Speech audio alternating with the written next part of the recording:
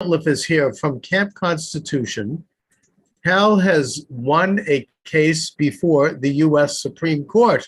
You know, Hal, it's not every day that somebody gets to say that. And I think that I would just add as a little sidebar here that I don't think the John Birch Society in all their years of great work ever accomplished what you've accomplished. Well, I know there's been a couple of cases dealing with the John Birch Society. One of them was called Long Island Trim versus versus whomever the plaintiff was. It was concerning a congressional report cards. It didn't go all the way to the U.S. Supreme Court. I think it was the court of for whatever court of appeals it was in New York. Right. And one of the who was a justice, he was the one that the Rosenberg trial. What was his name? Oh, Kaufman. I think he was one of the judges, and he ruled it was unanimous in the favor of Long Island Trim. What it was a cab driver and a few other people would mimeograph the voting record of a particular Democrat congressman, and he didn't look too good. It wasn't It didn't say vote this guy out or vote this guy in. It was basically voter information. If you love big government, you like the way he voted on issues, you would say, hey, but if you didn't like big government, then you probably think, hey, maybe I won't reelect him. But it had no reference to election. And then there was another case that dealt with, it was a leftist in Chicago, Gertz versus Robert Welch Incorporated. And that went to the Supreme Court, and the Supreme Court ruled in favor of Gertz. I think this guy Gertz was a leftist attorney. And Alan Stang, who used to cease now, he wrote for the American Opinion magazine. And he referred to him as a red, or a couple of times in a less than critical manner. I mean, today you call people the worst things, Nazis, and all kinds of, and you get away with that. And because he claimed he wasn't a public figure, and I remember the attorney at the case, the attorney for the John Birch Society said it really boils down to, will the John Birch Society have its day in court? And the JBS, or Robert Welch Incorporated, lost it. It wasn't 9-0. I don't know if it was 7-2, 6-3, but and then, of course, they have tried some good ones, yeah. Yeah. So, yeah. And one of the things about the JBS is that Robert Welch really never wanted to deal with it, try to avoid lawsuits at all. And it usually is a good policy. I mean, you can spend all your time in court, spend millions and millions of dollars and get nowhere. But our case was very different, I think, in many respects. And if you want, I can go a little background. Please, let's do it. Yeah, let's talk about it. The city of Boston used to have a program, a flag raising ceremony, where private or civic organizations, and that includes a bank, it includes the sports teams, and civic organizations, and they would be able to apply for a permit. That's basically, the permit was to make sure the groups don't overlap, and they would have a ceremony, speeches, maybe a musical band or what have you, and they'd raise a flag. And the first time I became aware of this flag raising ceremony, now I'm formerly from Boston, born and raised, lived there up until 2020. I was leaving the Suffolk Superior Courthouse. I had just been dismissed from grand jury duty at the request of my boss at the time. I was about to be impaneled for 3 months, and he thought, nah, I don't think so, Hal. I said, all right, well, the judge let me off. And I was walking across the City Hall Plaza, and I saw the Chinese Communist flag on the plaza being raised. I thought, what's going on here?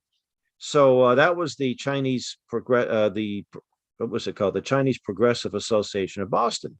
Right. And they and I think the flag raising ceremony started in about 08 or 07. They did it for about 12 years. And it's where, again, civic organizations can apply for a permit. Now, I think it was 2013.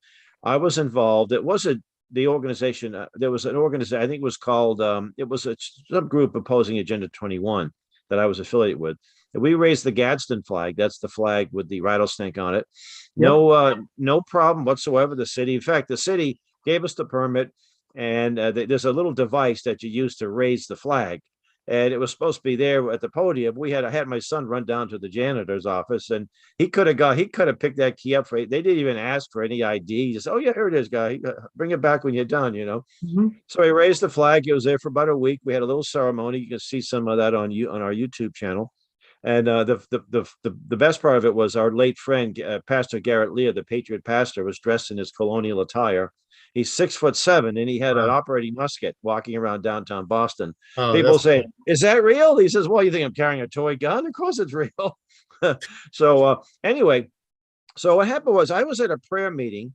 This is what motivated me to do this. It was in 2017 in June. Reverend Bruce Wall, of inner city pastor in Dorchester, had a prayer meeting at the mayor's office. At that time, Mayor Walsh. Walsh Mhm. had nothing to do with it. It was something that I guess you can have events at the mayor, so-called mayor's office. And I was invited, and I got there, and we had there were blacks, Asians, Hispanics, whites, and we prayed for peace. We prayed for the city's leaders. You know, Christians are told we must pray for those in positions of authority. It doesn't Sure. say only those that have an R beside their name or a D beside their name or those that we like, but you pray for the people in the positions of authority. And that's what we did. And I was very moved by it. There was some personal testimony. He was saying some hymns. And I thought the Christian church in Boston should step up a little bit and be a little more. And I say Christian church, I'm talking more of the conservative minded, not the leftist Christians that are, pretty vocal to begin with. Mhm. And so in July, I got a hold of the lady in charge of the permitting, who happened to be Mayor Menino's daughter-in-law, who was very helpful the first time. And Mhm. she said, "Well, what do you want to do? And just give me some dates and tell me what you want to do, and then we'll get the ball rolling." And I said, "Well, we want to raise the Christian flag, and this is what it looks like. It doesn't look too terribly threatening. It's Right. just actually it was designed in Coney Island by two Sunday school teachers back in the late 1890s. It's not that old. It's considered a non-denominational flag. It's not the flag of any Episcopal church or Pentecostal church. Today, you would see it mainly in conservative independent churches, Baptist churches, and others. But so we want to raise the flag right around Constitution Day, September 17th. That's the day that the convention of 1787 ended. Mhm. And it's considered a federal observation. It's not an official holiday, but that Constitution Week, where people should reflect upon the importance of the Constitution. And we were going to do it either before or after lunch, 11 to 12, or from 1 to 2, um, during the week, a weekday. And we were going to have Reverend Stevie Kraft, who's our camp chaplain, talk about the need for racial reconciliation. And we're talking about, short 10 minutes, outdoor speeches, not long dissertations.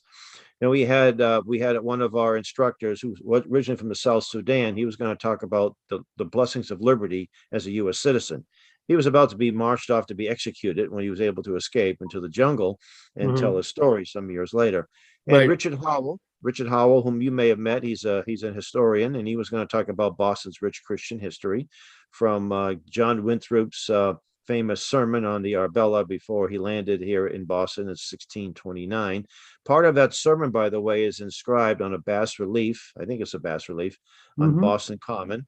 And Mayor Curley had a special ceremony to commemorate that anniversary back in the 1930s. And then I would give a little talk about the Constitution. So the city kind of dragged their feet. I made a number of phone calls and emails, and finally I got an official no. I got a call from, I think the first name was Lisa, and she said, "I know this is not the end of that. I don't know why they refused you." So I asked for an official response, either in a letter or an email. And I got an email from the man who became the defendant, who's no longer working in that capacity. His name is Rooney. I forget his first. I think it was George Rooney. Who was probably a very decent guy. I really don't have. I think both lived in West Roxbury. I probably passed him in the supermarket a number of times. Mhm. Anyway, he said that it was a violation of the First Amendment, the separation of church and state clause. I remember seeing that email. I was in my sitting in my room, and I said, "We have a case here. We have a case," and this would be September of 17. So I did a news release to the local media. I thought I'd get a couple of bites, but not one. No, one person said a word. Not one. All the channel 4, 5, 7, 25, and the radio stations and the newspapers, nothing. But I did get a response from a friend, Lynn Roberts, who was with the Second Amendment Sisters of Massachusetts. And she said, "Hal, contact Liberty Counsel." I went right on their website, and they're a Christian based group that does pro bono work for people whose rights have been violated, Christians.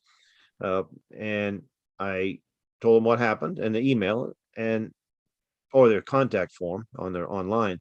The next day, within 12 hours, I get a call from one of their attorneys, Richard Mast.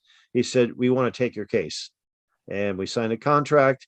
They sent a demand letter about a week later to the city saying that if we're not allowed to fly the flag, if they don't give us the permit, the next day they'll file a lawsuit. So that made a little bit of media, made the front page of the Boston Herald, which is the second largest paper in New England, and some WorldNet Daily and some others.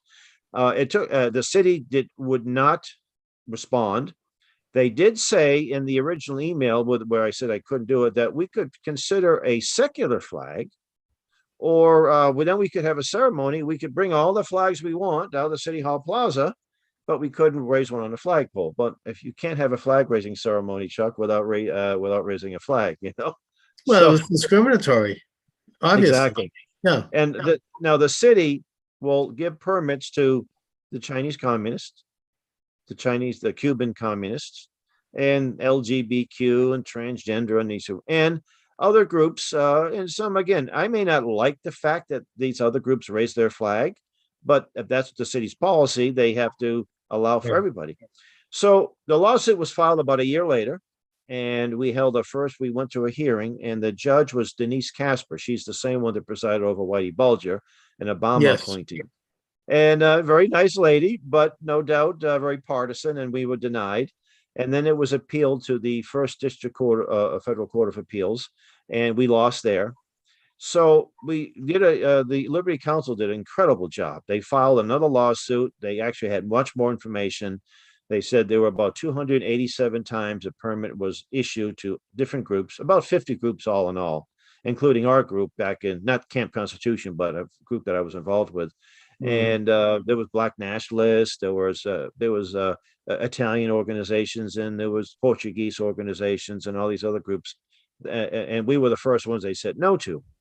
So, and it was basically completely based on discrimination. And then the city used this term approved city speech. That was really what their argument was. So they're saying that if the average person walked and saw that Christian flag, that may have been only on the flagpole for 3 or 4 hours, that somehow they would have thought that the city of Boston was endorsing the Christian religion. Well, it's pretty ludicrous. First, it's Boston. I mean, it's almost laughable. It's one of the most leftist cities in the country. I mean, I think it's competing with San Francisco. They'd be the most notoriously left-wing, maybe Minneapolis. So I don't think too many people in their right mind, and most people would see the flag and not even know what it is, including not most Christians, but plenty of Christians. I've had Christians tell me, "I didn't know there was a Christian flag." Well, you know now. So the new suit was filed. We lost again in the district court and then the Court of Appeals in June of last year. It would be 2021. We brought it to the attention of the Supreme Court. The Supreme Court, as you probably know, only hears about 1% of all the cases. They've got 800 cases. And in September 30th, they announced that they would take our case. And in order to take our case, you need 4 justices to sign off on it. That doesn't mean they necessarily would agree, but they need 4.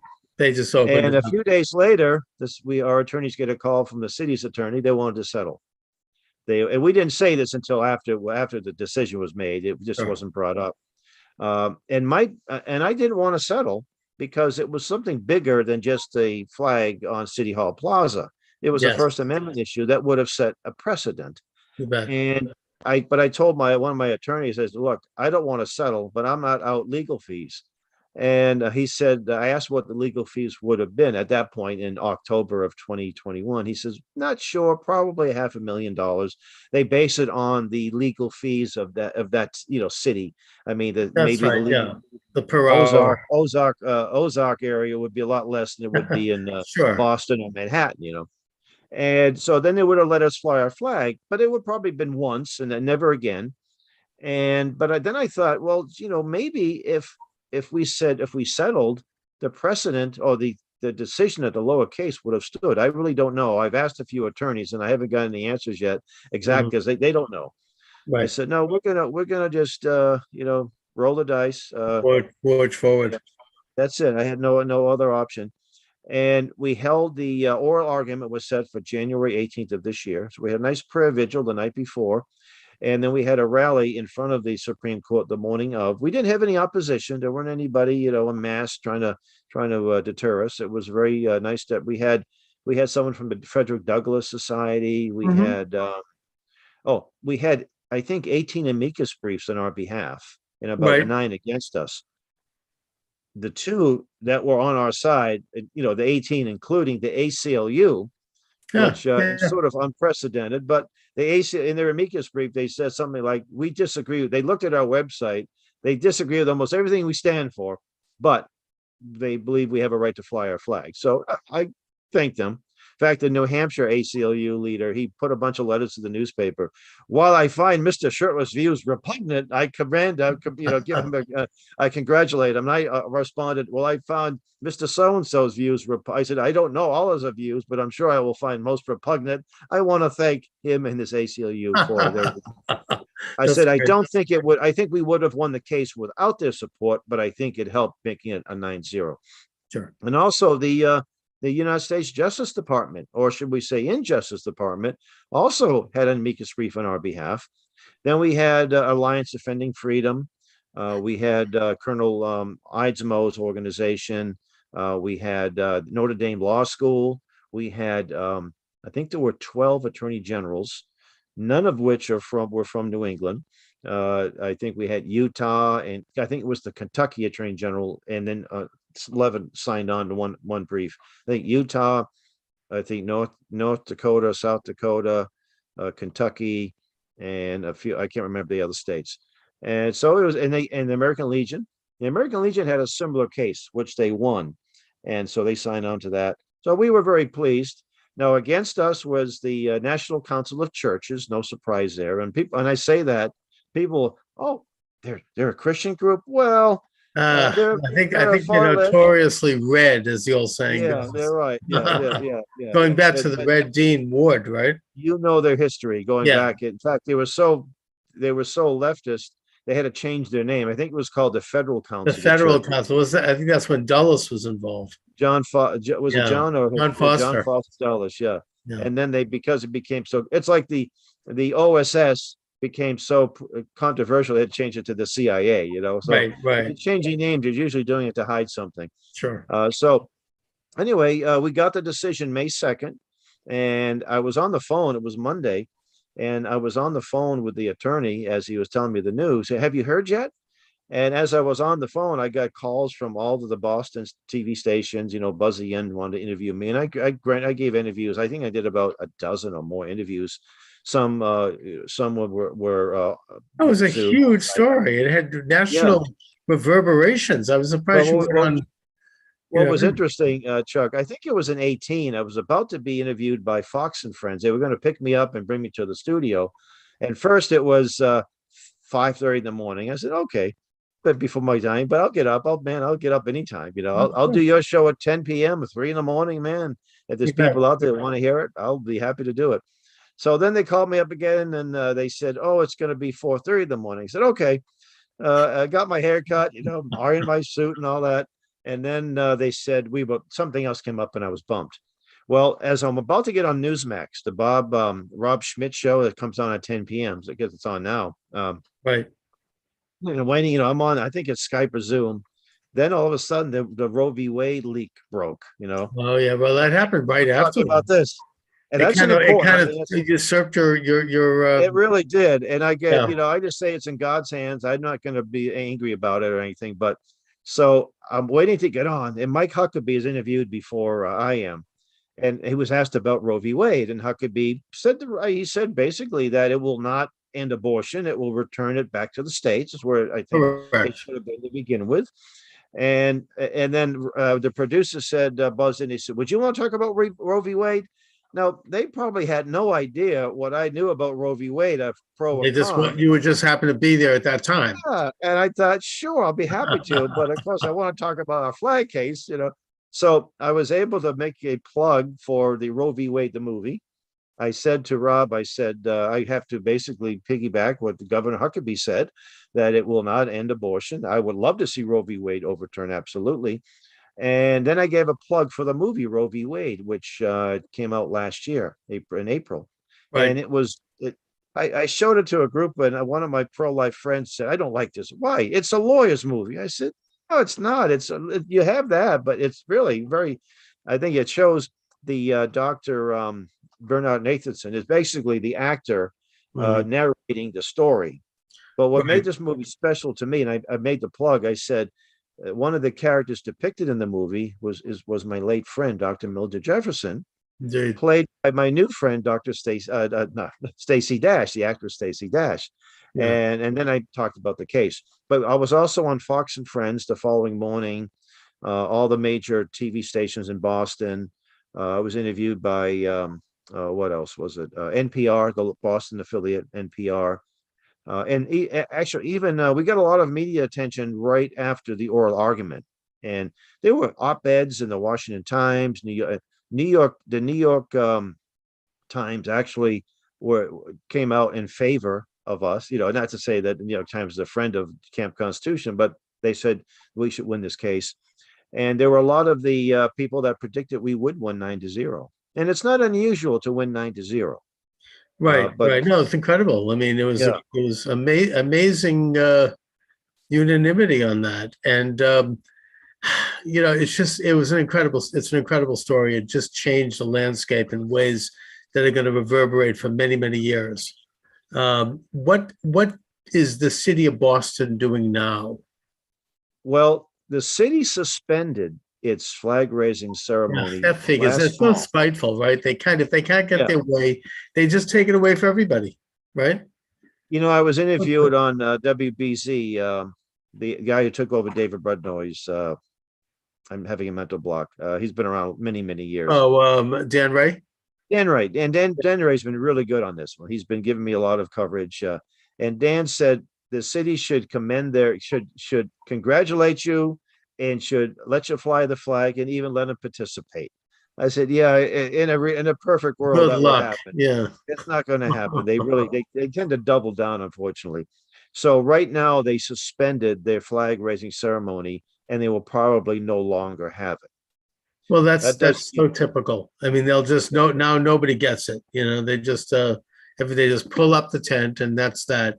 and some Yeah, people are upset with us because, if you wasn't for well, you look at all we want to do is raise a flag. In fact, the defendant, when he was being interviewed, Discovery, he said that if we called it the Camp Constitution flag, they would have given us the permit. But because we called it because what of the it was, cost. Yeah. and we could have called it, since it's not copywritten, we could have put this on our website and say, this is the official Camp Constitution flag. But that's not, it isn't, Well, they and I want didn't to want to, deny the Christian heritage of this that's country. right. And you weren't putting up like a denominationally Christian flag. It No. wasn't Catholic or Baptist or Methodist or whatever.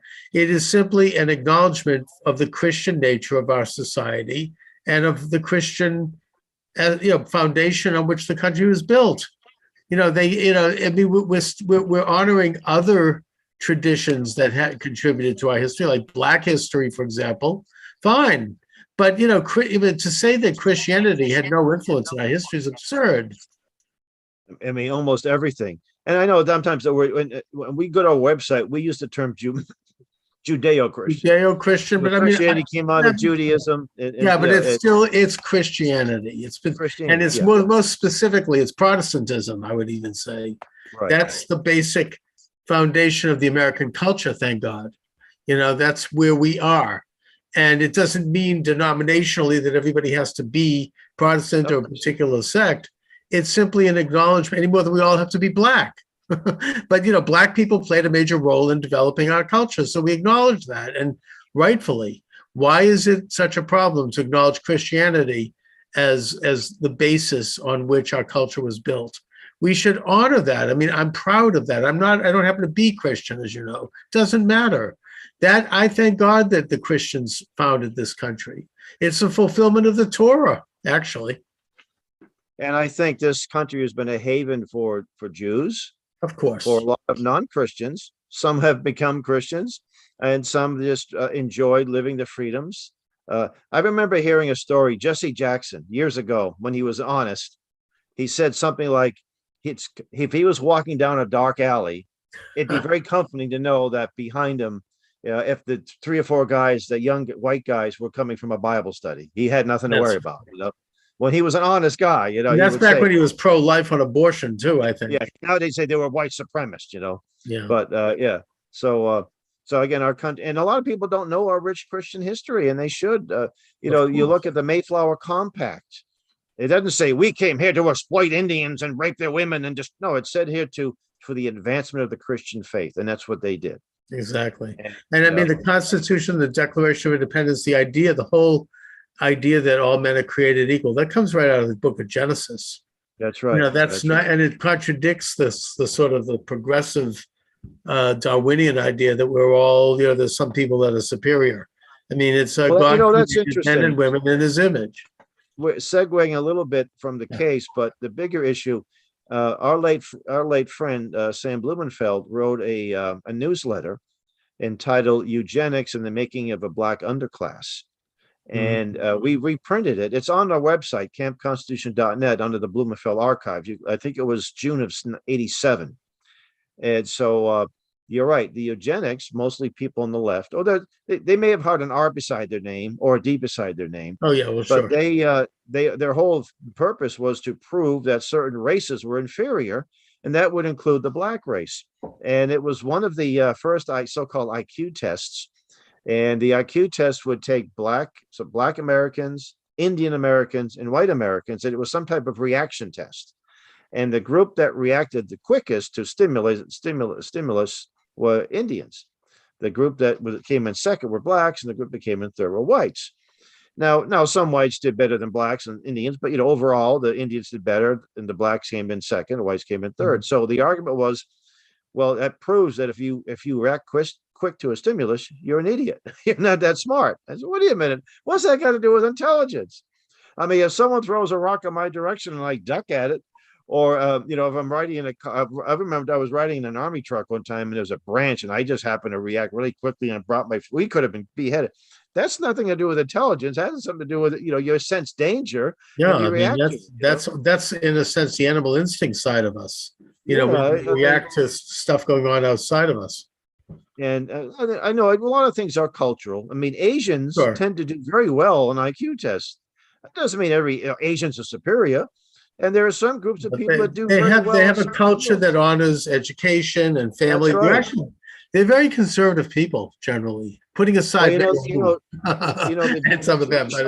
You're looking at some of Jackie Mason's jokes. And he would talk about Gentiles and Jews, but there's a lot of truth to it. There are certain fields, because of the culture, because of the family cohesion, that they excel at. Some of it was due to back in Europe when they were in ghettos. In a ghetto, it's interesting too, the term ghetto. We hear about a black ghetto. There really wasn't any such thing as a black ghetto. Ghetto is where you had no choice. You couldn't get out. The ghetto the sun went down. Yeah. It came from Europe. It was in Venice. You had the ghetto, which was the Jewish quarter, and if you weren't in there by a certain time, they locked the door. You would be in big trouble. I mean, it was literally a ghetto. You couldn't get. They decided, whether you came and went. I mean, that was like locked in. So it's a little different connotation. Now, getting back to the flag case, since the case came out, I've been in touch with a few people around the country. There's a gentleman in Delaware, Ohio, and I'm very familiar with the city of Delaware. It's about 45 miles north of Columbus. I used to, when I was a field rep for the JBS, I used to spend time there. And there was a homosexual group that initially they were going to put a bunch of flags on street posts, like banner type flags in this month of June. But there was a pro-family group, and I've been in touch with this gentleman, James Harrison, and they testified in front of the city council, and they made a case for the traditional family. They made a case by saying that the number of traditional families, the crime rate is lower, the children are healthier, all these wonderful things of the nuclear family, mom, dad, and children. That doesn't mean it's perfect. That doesn't mean there aren't problems, but we show statistically, if it's a single parent household, the children tend to live in poverty. That's right. It was just a principle. I mean, the idea of the father-headed household it's an institution that we've supported for thousands of years, and there's a reason for that. Didn't come out of nowhere. This is over. It goes back to, I mean, it even started in the Bible when they started to realize that polygamy was not good. When they saw how it messed up the life of Jacob and his two wives, it created problems. So we already could see that, we're moving away from that and more toward a monogamous marriage. It was actually the Romans that really codified the monogamous marriage. And it's, it's an institution that society has an interest in preserving and advancing. It doesn't mean everyone can have one. It doesn't mean that every one of them is good. That's a personal matter. But nevertheless, everyone, whether they're into it or not, we have a general interest in preserving that institution. It's the most independent, the most sovereign institution, which is why the left hates it so much. Because the sovereign family made up of a father, mother, and children, you don't mess with them. I mean, that's something that has strength. It has on a lot of different levels. It's really the most basic building block of sovereignty under God. So, this is something that, I mean, it's grandfathered into the United States. It's not something we invented. So anyway, the city of Delaware said, and they looked at the Shurtleff v. Boston case. That's the official title of the decision. I had nothing to do with it. I would call it Camp Constitution v. Boston, but that's just how they. That's what they call it, yeah. However they assigned it. And based on that, they say we're not raising any flags at all, other than the U.S. flag. In my opinion, I don't think government should be in the flag raising business, with the exception of the U.S. flag, the state flag, the town or city flag, and I see the POW MIA flag, which I think has nothing to do with politics. No, everyone supports that. Well, maybe not everybody, but most Americans. Yeah, most Americans, we honor those who never came back. Yeah, if you can't do that, then really. Yeah. And you know what? I also say that cities and towns, government in general, should be in the business of supporting the nuclear family, not working against it. So, when I see and corporate America jumps in and sporting teams jump in, when they're embracing this, gay pride, they should be neutral towards it at the very least. Sure. I won't go to a sporting event anymore. So I don't want to be lectured to about why homosexual. Why can't I just sit down and watch a game? Can't we just, I mean, the national pastime is supposed to be where everybody, regardless of your beliefs and your opinions, we all get together and we have a nice time as Americans. We have fun. You take in a game, for crying out loud. It's not like, not anymore. Everything has to be so politicized, You could sit next to somebody who you despise, and it doesn't matter because we're all watching a game. The Nazis and the communists politicized sports. Now we're doing it. Yeah, that's right. I mean, I don't care if the owner of the team supports this group or that. Well, I would to some extent, but can I just go to a game and watch some of the best athletes? And I'm spending a lot of money on the ticket. So I gotta see Black Lives Matter. I gotta see names of street hoods, street thugs that have been killed by cops on the shirts. I said I can't support that. No. As Jesse King, not Jesse King. Jesse, is it Jesse King? He's a talk show host, nationwide talk show host in the evenings. Jesse Waters? No, he's Fox News. But anyway, he says, why should we support people who hate us? And that's what I think. Why would I spend my scarce resources? I can watch old Celtics reruns from the 1970s. I don't have to watch the Celtics this year, with the basically giving everybody a middle finger to the United States, the owners, the referees, and the players. Fact is, in the NBA during the Black Lives Matter nonsense in the 20s, in the 2020, there was only one NBA player that would not bow down. And I'm reading his autobiography. And it's Jacob Isaac, and he's a good Christian man. He caught a lot of flack, but he said, I only kneel to Jesus Christ. I don't kneel down to, and he understood who Black Lives Matter. He said, yes, I support Black Lives as a Black man, but I don't support the organization that is anti-American, anti-freedom, and anti-family. Indeed. I mean, in fact, coming from a Jewish perspective, it's that we don't bow to anybody but God. I mean, that's the story of Esther. Queen Esther, that's right. Yeah, right. Haman came out on his horse and he demanded that Mordecai bow to him. And Mordecai said, no, I don't bow to anybody but God. And that triggered the whole series of events. And, Now, and I have, actually there was, yeah. during the controversy with Kaepernick, I tweeted that to President Donald Trump, and he used it. Oh, really? Oh, that's great. Yes. There was also the He didn't three mention my Israeli name, but he children. used it. Yeah, the burning the fiery furnace.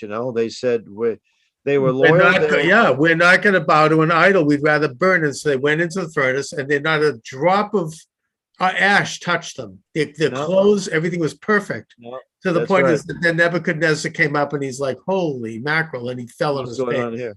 Yeah, yeah, that's a great. Reverend Kraft does a great. He said, "I'll give you the New York version." King Nebuchadnezzar, and he Yeah. said, "You didn't get my memo." Oh man, that's a good one. So yeah, it's un-American to be bowing to anybody. We don't bow in this country.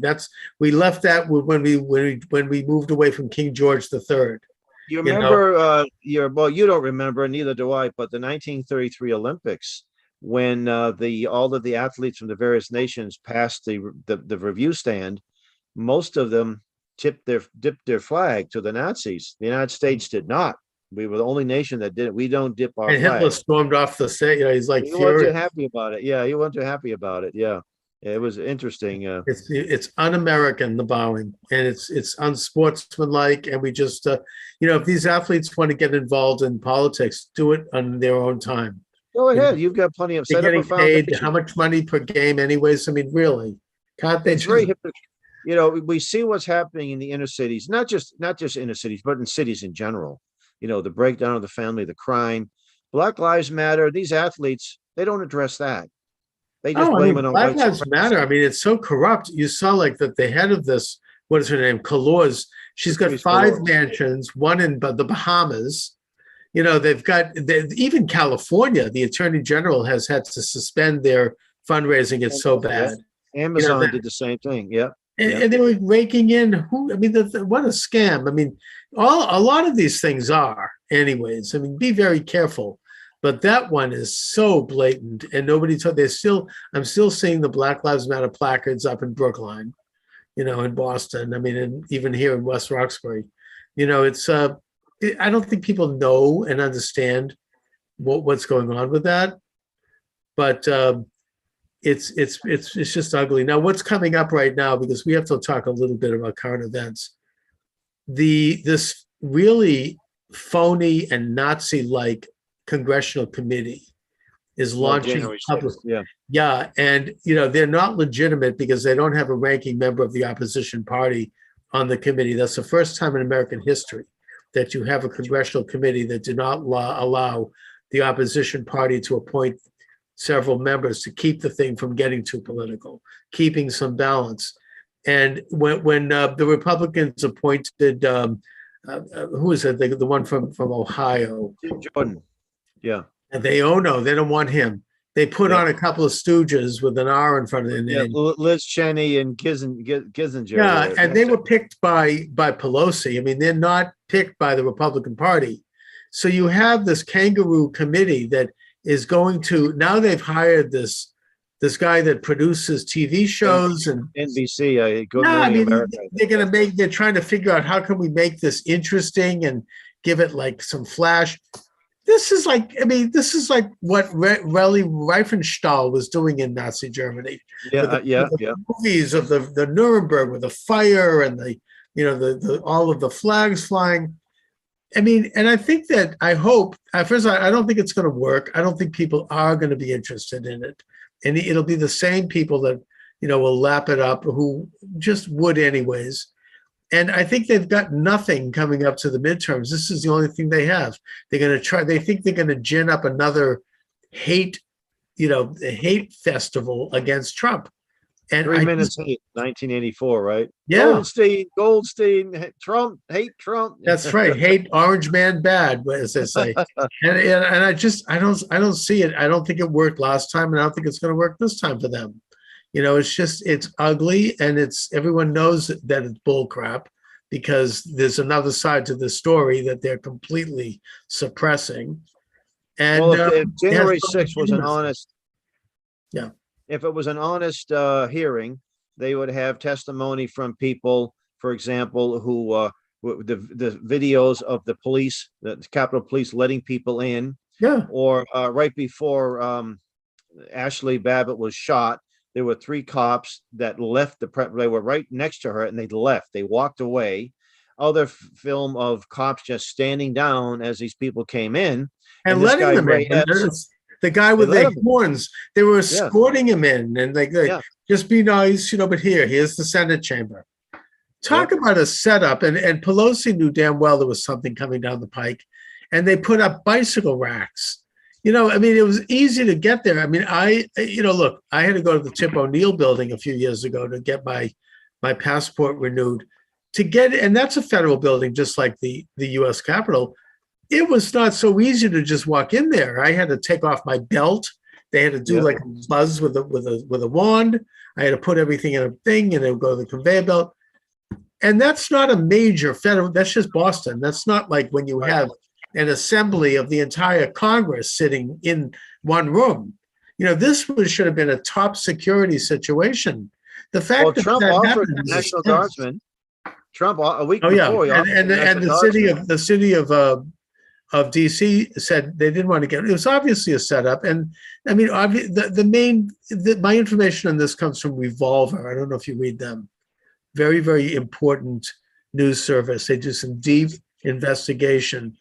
I knew actually. I had Darren some Beatty, friends who were very good guy, but they've shown. Oh yeah, they've shown that is huge evidence that these people were feds, the people that were the ringleaders, just like the so-called plot against Whitmar in Michigan. Oh, yes, that More was than half setup. of those people were feds. They were working for the FBI. The FBI, if we got rid of the FBI, that wouldn't have happened. They were like setting that up, and it gave them something that they could talk about the October before the election. Look at these people, are Trump people. Look at them. They're violent and they're horrible. Right. And even Biden came out of the basement to make a comment like that. And it was all to get so they could get media constantly to attack Trump. Now a year later, they're having the trial, and it's turning out that the people involved were working with the FBI, and the media is crickets. They don't want to talk about this. No one hears. Non-issue. But I think that it was like a dress rehearsal for January 6th, because who benefited? I mean, I get into this in my new book, The Biden Coup.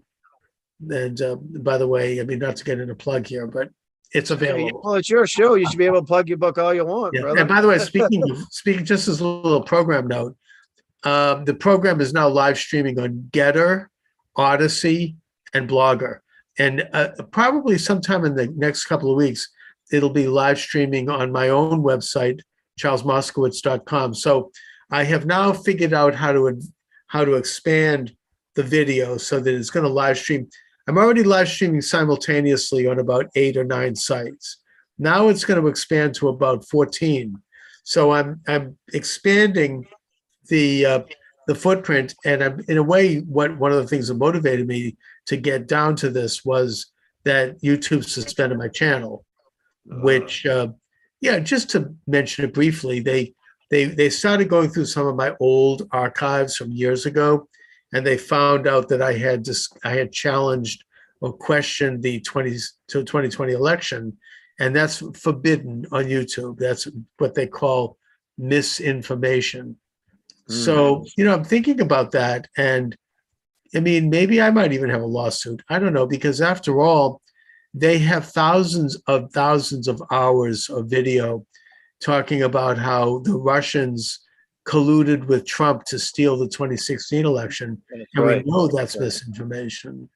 And they also have a lot of time talking about the Hunter Biden laptop being a Ruski thing, right? Where the Ruskies getting together. Again, they resurrected this.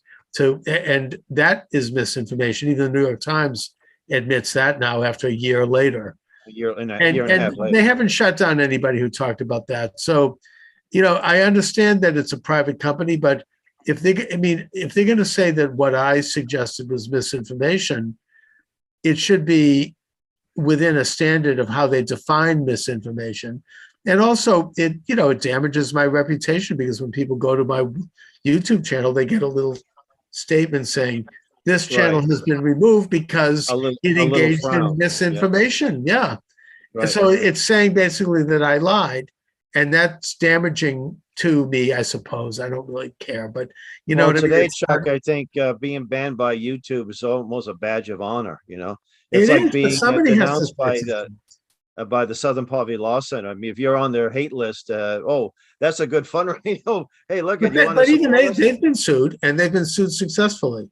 Yeah, They put the Heritage Foundation on their list of white supremacy groups.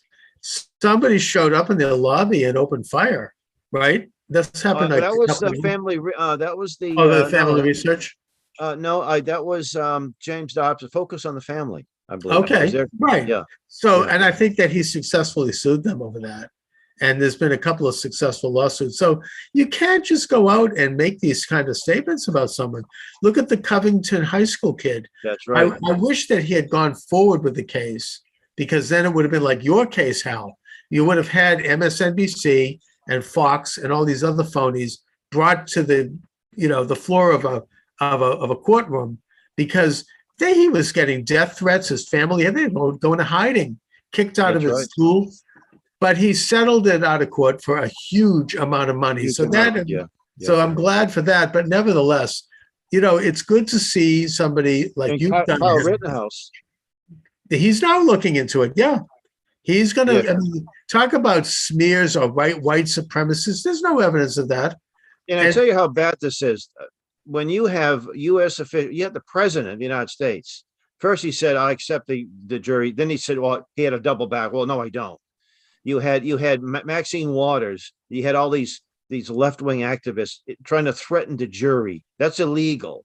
And the judge in Wisconsin, I did get all the credit. He was a Democrat, but he was an honorable guy, and he didn't put up with any of this nonsense. Yeah. They wanted nothing but and they were calling this guy a white. He shot a white child molester and a lefty. He shot him. They were about to kill him. He shot him in self-defense. I mean, when they saw the video, even the New York Times, sometimes to get the other side, I listen to the New York Times podcast with Michael Barbaro. I don't know if you hear the Circle. Oh, yes. And he had on an expert who explained it, and she was there. She was at the trial. She said, yeah, it was not good. I saw the video. He was on the ground, and they were about to bash his head in. So she was, and then she kind of admitted that. And she, they also did a pretty good one, by the way, on Roe versus Wade, where they had a guy on who's an adult, this guy Littman, who's been writing, he's a Yale Law School. He's been in the legal profession. He's written a legal column. I mean, he said, look, I hate this decision. He's a man of the left. But he did an honest reading of the actual decision by Alito. And he's like, this does not ban abortion. It's not going to, there's going to be all this hysteria. Oh, it's going to mean that they're going to ban, interracial marriage and all this. Bring back slavery. Oh, yeah. I mean, and he said, no, it's not. And he showed the language in there, which shows that that's not at all what it is. It's a very unique case dealing specifically with life in the womb, nothing more and nothing less. And, they did a pretty good job of clarifying what's going on here. So, you have to kind of, of course, I'm listening to it when you listen to that, you have to understand where they're coming from. Of course. Yeah. But sometimes they say more things. They did a good one actually on Dominion Software, where they said stuff about that conservatives, if they said it, they're like, oh, they're kooky, But They did say that the guy that runs Dominion Software is a left-wing fanatic, supporter of Antifa, who came out with these absolutely vile and vicious and ugly and hateful and disgusting tweets about Trump. And he's running Dominion Software. And he even had a tweet saying, Trump is not going to win. Trust me, it's not going to happen. That's right. That's right. And this is the New York Times podcast saying this, not me. Right. And I watched the movie. So over you at YouTube, you want to ban me for that? You'll have to ban the New York Times. Anyway. I watched the 2000 Mules movie just recently. Yeah. And, Dinesh D'Souza was not, he said, yeah, this probably was stolen, but it's hard to prove. But then he got into the mathematical probabilities of these mules, these people paid basically steps, pick up ballots. And the mailing balloting is, even in Europe, they did away with it. Look at even this last French election, right? I think I mentioned this on your show, Hal. they had it all done in one day, no electronics, no, That's right. everybody showed up, everybody was registered, everybody had ID, and they got it done. Look, Massachusetts actually is fairly conservative when it comes to voting. We I'm not saying it's perfect, but if you cast an absentee ballot in the state that is not legitimate, you do in a mandatory jail term and you get a mandatory fine, I think, of $30,000. Wow. And they do it pretty well here. I mean, maybe it comes from when we were a little bit more conservative 20 years ago when they made these laws. But they usually have the results in within a few hours of the polls closing, and it's done with a pretty sufficient way. So, our state's not too bad, but those battleground states, forget about it. I mean, that was rigged. Anyway, we could talk about that. That's a whole different topic. But And it I will want all to get come back out eventually. Yeah. the Roe v. Wade. The case says was it an abortion, or the state wants, was it Missouri that wanted to make it no abortions after 15 weeks. I didn't realize this, but most of Western Europe has already, that's their law. And the left is always saying, even the look at Europe. Netherlands, even the Yeah. Netherlands, which is one of the most liberal countries in the world, you've got some pretty conservative abortion laws. It's not like you can just walk in and get it like right up to the moment. And I even noticed that the pro-abortion crowd, if you scratch the surface, I mean, they tend to like get a little squishy on like elective abortion late in the pregnancy. They generally are trying to say, oh, well, it's for the life of the mother, which I get. I maybe I'm a little liberal on this one, but yeah, the life of the mother comes first. Well, the life of the mother does come first, but they base it on not just physical but psychological. Oh yeah, the life of the mother means it's inconvenient. Yeah, and so that's what opened it up. And we are among with North Korea and Communist China, abortion up to the 9th month, and even some cases after the baby. After the baby, yeah. In California, they just had a couple of legislators present a bill saying they could do it right after, even after the baby's born, right 2 weeks later.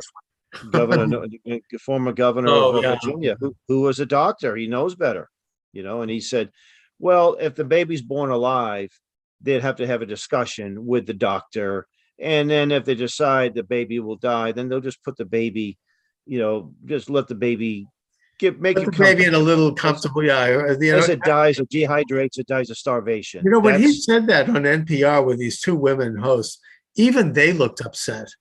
That it was just, it was a real moment. You get sometimes these moments which are very instructive. They reveal something that you cannot let it go. You have to emphasize it because it shows an agenda and it shows what's really going on. And that was one of them. And, the irony is that he was being propped up by the Democrats as like the Southern moral opposition to Trump, right? That's what he was going to be coming in with, that, how Trump is immoral and, this kind of crap. Anyways, Hal, so what's going on with Camp Constitution? Well, where our camp comes up next month, our week-long family camp, July 17th to the 22nd. We're not quite full, but we hope to be full, like we were last year.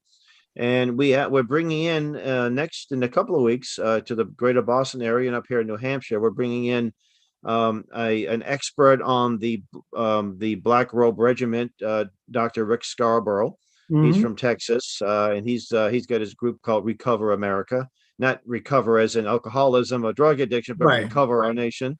And he's going to be speaking in Lexington, and that would be Sunday the 19th. That would be at 6:30, 1 Cranberry Hill. Free admission, donations accepted. He'll be at the Community Church of Alton, Monday, June 20th, 7 p.m. And then we have him in Lebanon at the First Congregational Church of Lebanon on that Wednesday, what would be the 22nd, 7 p.m. And we have an open date. Anyone that's listening that lives in the greater Boston area, want to have them, host them. We'd love to have them there on that open date on Tuesday. We have an event coming up at the Lane House. Richard Howell, who was a historian, he's going to be giving a presentation on the Declaration of Independence. He does an incredible job going over it. Mhm. And all of our events, or most of them, are on our. If you learn about them, go to our website, Camp Constitution, and you can see the calendar. Click on that, and it will show you.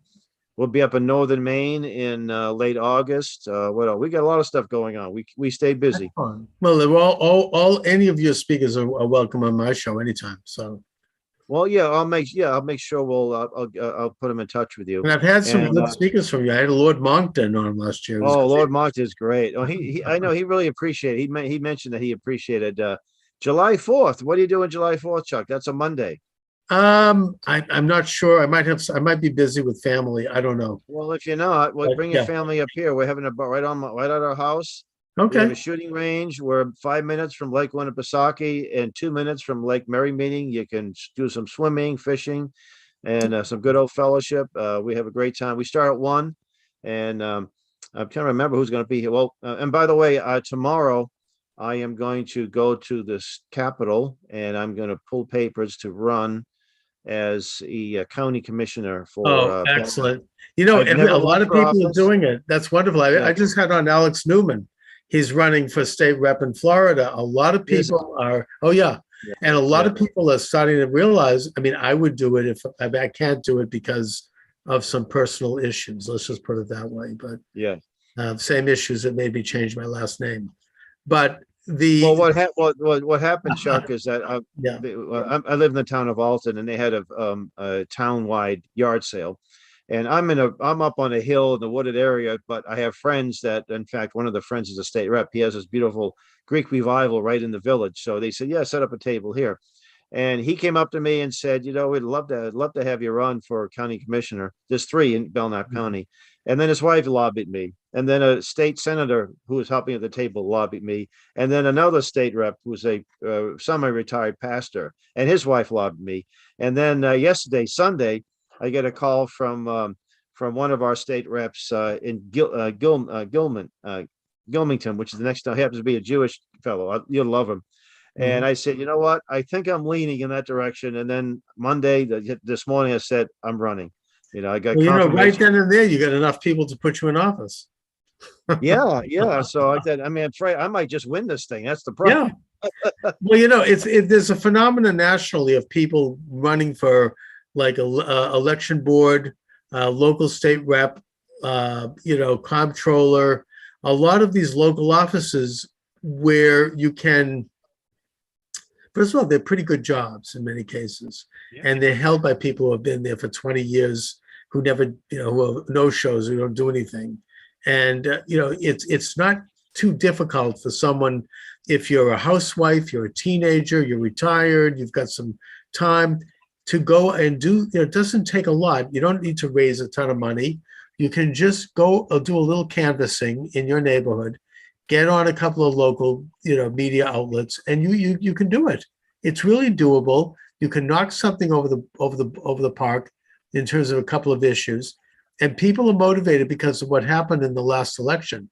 You're now having, because Zuckerberg spent almost $500 million out of his own pocket with these phony turf groups to get radicals to like stuff the ballot box like they did in 2000 Mules, and man the counting rooms with the absentee ballots. Now you have people who are waking up, and they're going to be there at the polls. They're going to be in the counting room to make sure there's somebody examining those ballots. They're going to get these jobs. And this is how Youngkin won in Virginia. That wouldn't have happened otherwise, because That's right. What's his name? That slimy Clinton guy, I forget his name now, who was the former governor. He was scheduled to win easily, and he lost. And it was by a pretty comfortable margin too. Well, that's only because Youngkin and the Republican National Committee, even though they're not worth much, they actually did go to bat. They know what happened in 2000. They won't talk about it publicly, but they know. Yeah. They put together a team of thousands of people who went out and across that state, and they manned all of the voting places. They put on the ground a team of lawyers, crack constitutional lawyers, ready at the phones in case anything happened. They were ready to move at a dime. And they put a real plan, a real system. And that's why Youngkin won, because it was probably the most honest election Virginia's had since the days of James Madison, actually. And Yeah, New Jersey came close to getting that's right. coming by a nose hair, and they did get a lot of good people in the legislature, in the state house. Who was a No, gentleman? He ran. I think he spent $2,000 and he unseated the no. second most powerful Democrat in the whole state. He was like a local rideshare driver, and Yeah, yeah. he knocked out the most powerful. Yeah, exactly. So it's a very interesting thing to do. People are doing it all across the country. I can already see the left-wing establishment squealing in rage over this. And I just, even though I'm not doing it personally because I can't, I feel like my part is to urge people to do it. Everybody has a role to play. I do my thing doing the show and writing my books, but you can do your thing by going out and just exploring these offices. I mean, it's really doable. It's interesting. I've run for office myself. It's fun. You can take on an opponent. You can bring up some issues. And even if you don't win, and you very well may win, you're going to enter some ideas into the public discourse and into the public. Well, Ron Paul, Dr. Ron Paul, when he ran for the first time for Congress, this would be back, I think, in the 70s. Yeah. He did it as an education. I just want to get the issues out there, debate them. He said, I'm not going to win. His wife said, well, what happens if you win? No, don't worry about how I'm not going to win. And he won. Right. And he kept on. In every 2 years, he win by a larger margin. Yep. Then he left for a while, came back in, got the seat that he held before, got that back. He ran for president, and he knew he didn't have a chance to win for president. But what he did was got a lot of young people excited.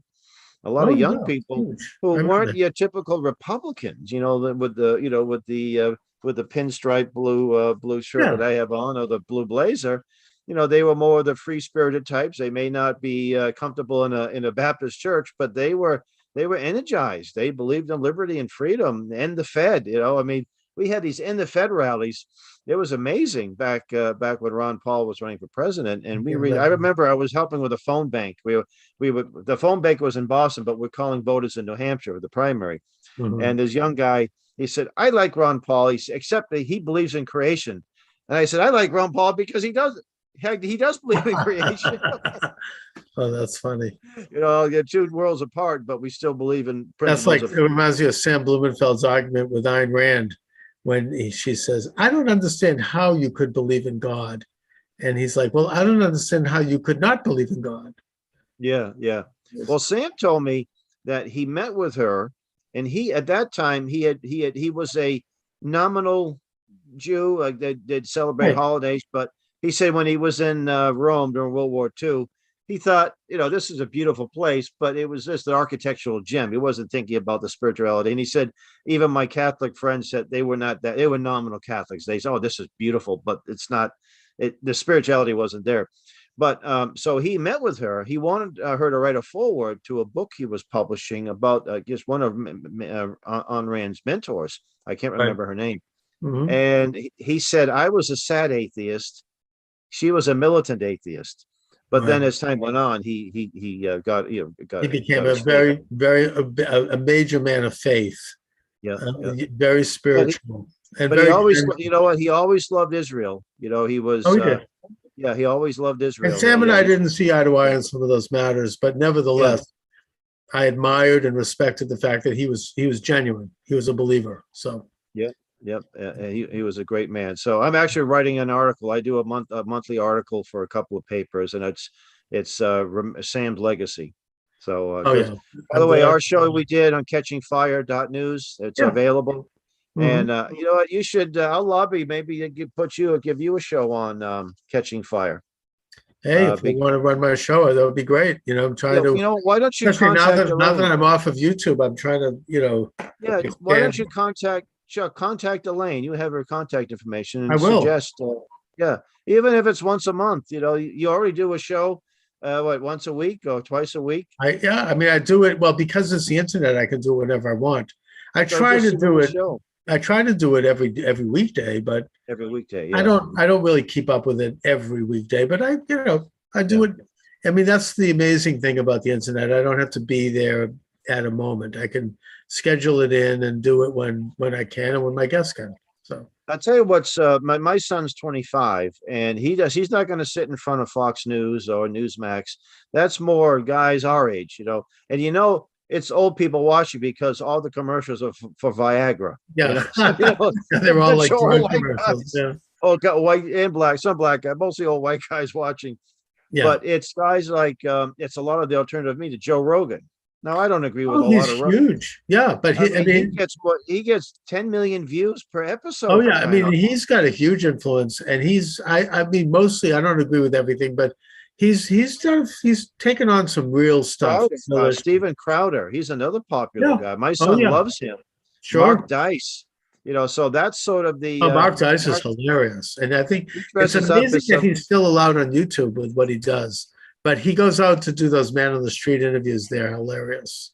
and he also lately he's been dressing up as lefties and going in front of committees saying that Oh, I've seen that. he's adopting an African transgender.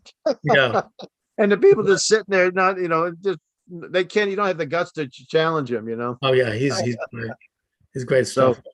Yeah, but that's anyway. good. I'm glad to see. I think younger people are getting involved in that way. It's cultural. You have to reach people that way. It's very important. That's right. So. So All I right, think that's the Hal. way. Well, Absolutely. thank you for having me. It's been As a good always, time thank you. with you. Yep. And you Anytime. got a welcome Matt anytime you're up in New Hampshire, brother. Come on up. Thanks a And lot. yeah. All right. All right. Take God care. bless.